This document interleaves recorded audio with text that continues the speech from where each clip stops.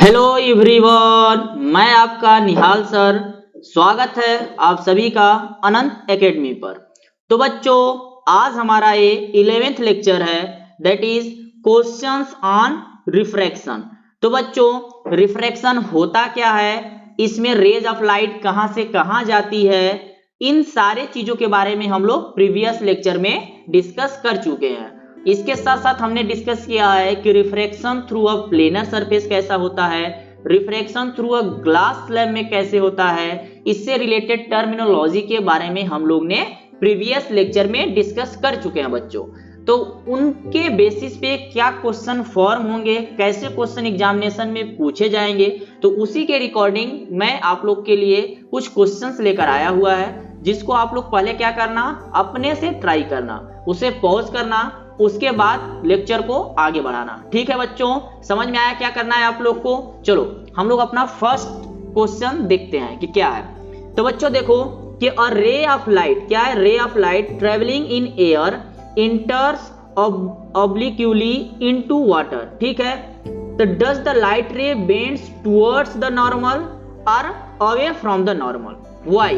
तो हम लोग देखते हैं बच्चों कि इसमें क्या हो रहा है कि एक रे ऑफ लाइट है जो एयर से कहां बच्चों, वाटर में जा रहा है। ठीक, ऑब्लिक यानी ऑब्लिकली वो क्या हो रहा है, इंसिडेंट हो रहा है। ठीक है बच्चों, तो हम देखते हैं पहला मीडियम क्या दिया हुआ है, हमारा एयर दिया हुआ है। दूसरा मीडियम क्या दिया हुआ है, वाटर दिया हुआ है। एयर और वाटर को सेपरेट करने के लिए हम क्या लेते हैं, ट्रांसपेरेंट मीडियम, यानी ट्रांसपेरेंट मटेरियल या सरफेस जो क्या कर रहा है, एयर और वाटर को सेपरेट कर रहा है। एयर कैसा मीडियम होता है बच्चों, रेयरर मीडियम। ठीक है, रेयरर मीडियम होता है। वाटर कैसा मीडियम होता है बच्चों, डेंसर मीडियम होता है। कैसा, डेंसर मीडियम। ठीक, जब रे ऑफ लाइट क्या ऑब्लिकली क्या कर रहा है, इंसिडेंट हो रहा है, तो ऑब्लिकली जब इंसिडेंट होगा तो एंगल ऑफ इंसिडेंट मान लेते हैं क्या, नॉर्मल के साथ बना रहा है आई। ठीक है बच्चों, अब आता है क्वेश्चन कि क्या करेगा, जो नॉर्मल के साथ या तो अवे जाएगा या उसके पास में आएगा, तो क्या होगा बच्चों, ये क्या है, हमारा नॉर्मल है।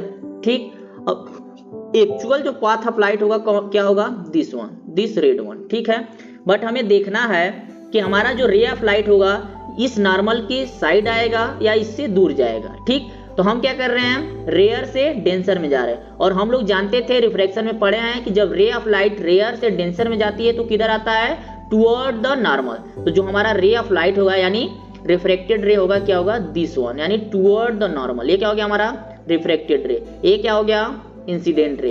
एक कौन सा एंगल होगा, रिफ्रैक्टेड एंगल। ठीक है बच्चों, समझ में आया ऐसा क्यों हो रहा है, क्योंकि रे ऑफ लाइट रेयरर से डेंसर में मूव कर रही है। ऐसा क्यों, क्योंकि एयर रेयरर है देन वाटर। ठीक है, इस वजह से रे of light toward the normal bend होगी। समझ में आया बच्चों? ठीक है, समझ में आया सबको, बहुत बढ़िया। नेक्स्ट क्वेश्चन देखते हैं। नेक्स्ट क्वेश्चन क्या है कि light enters from air to glass. कहां से बच्चों, एयर से कहां जा रहा है, ग्लास में जा रहा है। ठीक, हैविंग रिफ्रैक्टिव इंडेक्स 1.5, तो मान लेते हैं रिफ्रैक्टिव इंडेक्स कितना दिया हुआ है, 1.5। What is the speed of light into glass, यानी स्पीड ऑफ लाइट किसमें पूछ रहा है, ग्लास में क्या होगा। The speed of light in vacuum, यानी स्पीड ऑफ लाइट किसमें, वैक्यूम में, that is c equal to क्या दिया हुआ है, 3 इंटू 10⁸ मीटर पर सेकेंड। ये क्या है बच्चों, 3 इंटू 10⁸ मीटर पर सेकेंड है। ठीक है बच्चों, समझ में आया, ये हमें दिया हुआ, ये पूछ रहा है। तो हम लोग जानते हैं क्या, रिफ्रैक्टिव इंडेक्स इक्वल टू क्या होता है, refractive index equal to speed of light into vacuum upon speed of light into given medium. तो यहाँ रिफ्रैक्टिव इंडेक्स कितना दिया हुआ बच्चों, 1.5, स्पीड ऑफ लाइट कितना दिया हुआ है, 3 इंटू 10⁸। ठीक, हमें फाइंड आउट क्या करना है, speed of light into glass. तो यहाँ क्या हो जाएगा, speed of light into glass equal to 3 into 10⁸ upon 1.5। तो यहाँ क्या आ जाएगा बच्चों, 2 इंटू 10⁸। तो हम यहाँ से कह सकते हैं कि स्पीड ऑफ लाइट किसका, speed of light into glass, glass equal to क्या हो जाएगा, that is Vg equal to 2 into 10⁸ metre per second. तो हम कह सकते हैं जो स्पीड ऑफ लाइट होगा वो स्लो डाउन हो जाएगा किसमें, ग्लास मीडियम में। ठीक बच्चों, यहां तक समझ में आया, चलो बहुत बढ़िया। नेक्स्ट क्वेश्चन देखते हैं। नेक्स्ट क्वेश्चन क्या है कि the refractive index of diamond is 2.42। What is the meaning of this statement? तो हम लोग जानते हैं refractive index of any thing is equal to speed of light into vacuum upon speed of light into given medium. तो यहाँ से refractive index कितना दिया हुआ है बच्चों? 2.42। 2.42 equal to C upon B. तो बी इक्वल टू क्या हो जाएगा बच्चों? C upon 2.42। तो इससे हमें पता चल रहा है, क्या पता चल रहा है कि स्पीड ऑफ लाइट क्या हो जा रहा है? डिक्रीज हो जा रहा है by which factor? By the factor of 2.42 when it travels into diamond. मतलब कह सकते हैं कि डायमंड का रिफ्रैक्टिव इंडेक्स बताता है कि स्पीड ऑफ लाइट डायमंड में आने पे 2.42 के फैक्टर से डिक्रीज होगा। समझ में आ रहा है बच्चों? समझ में ऐसा क्यों होता है? क्योंकि एयर रेयर मीडियम हो जाता है, डायमंड डेंसर। तो डेंसर मीडियम में आने पे लाइट का स्पीड डिक्रीज होता है, यही बता रहा है इस स्टेटमेंट। तो this statement shows that the speed of light is decreases by 2.42 factor when it comes into diamond। समझ में आया बच्चों? बहुत बढ़िया, समझ में आया? बहुत बढ़िया। चलो हम नेक्स्ट क्वेश्चन देखते हैं। नेक्स्ट क्वेश्चन क्या बता रहा है कि the relative refractive index of water with respect to glass will be. हमको बताना है कि रिलेटिव रिफ्रैक्टिव इंडेक्स ऑफ किसका बच्चों? वाटर का। किसके रिस्पेक्ट में? ग्लास के।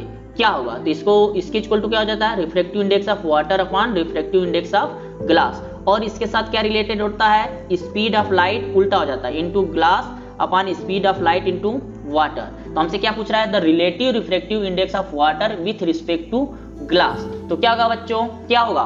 तो हम जानते हैं कि जो रिफ्रैक्टिव इंडेक्स ऑफ वाटर होता है वो क्या होता है? Less than refractive index of glass. ऐसा क्यों? क्योंकि वाटर क्या होता है? वाटर क्या होता है बच्चों?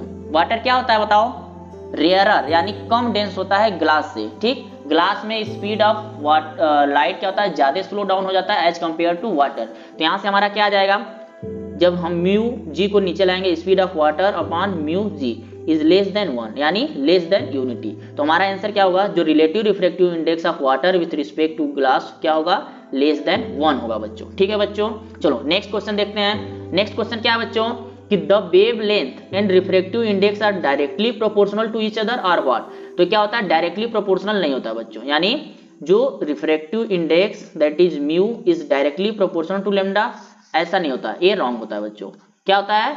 रॉन्ग होता है। इसका सही क्या होता है? Refractive index is inversely proportional to the lambda, यानी वेव लेंथ ऑफ लाइट। ऐसा कैसे होता है बच्चों? हम जानते हैं क्या? रिफ्रैक्टिव इंडेक्स इक्वल टू क्या होता है बच्चों? Refractive index equal to speed of light in vacuum to the speed of light into given medium. और हम क्या जानते हैं? स्पीड इक्वल टू क्या होता है? स्पीड इक्वल टू हो जाता है फ्रीक्वेंसी इनटू लेम्डा। जब इसको हम पुट करेंगे यहाँ पे तो क्या आएगा हमारा? देखो, refractive index equal to C upon F lambda. C क्या है? कांस्टेंट। ठीक, एफ क्या है? Constant for the same source. ठीक, तो इसमें क्या हो गया? इसके बाद दो ही चीज होता है, जब रिफ्रैक्टिव इंडेक्स बढ़ेगा तो वेवलेंथ क्या होगा? घटेगा। जब रिफ्रैक्टिव इंडेक्स घटेगा तो वेवलेंथ क्या होगा बच्चों? बढ़ेगा। तो इससे पता चल रहा है कि क्या है?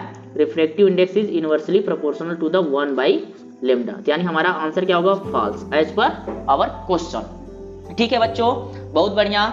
ऐसे ही पढ़ाई करते रहो, रिवीजन करते रहो, साथ साथ में क्वेश्चन लगाते रहो। चैप्टर के लास्ट में हम लोग PYQ सॉल्व करेंगे, जिसको मन से सॉल्व करना, सारे कॉन्सेप्ट को यूज करना। ठीक है बच्चों, बहुत बहुत धन्यवाद। आप लोग मेरे लेक्चर्स को इतना पसंद कर रहे हो, देख रहे हो और अपने दोस्तों के साथ शेयर कर रहे हो। तो आप ऐसे ही मेहनत कर रहे हो, करते रहो, अच्छे मार्क्स आएंगे। और all the best for your future. ठीक है बच्चों, बाय।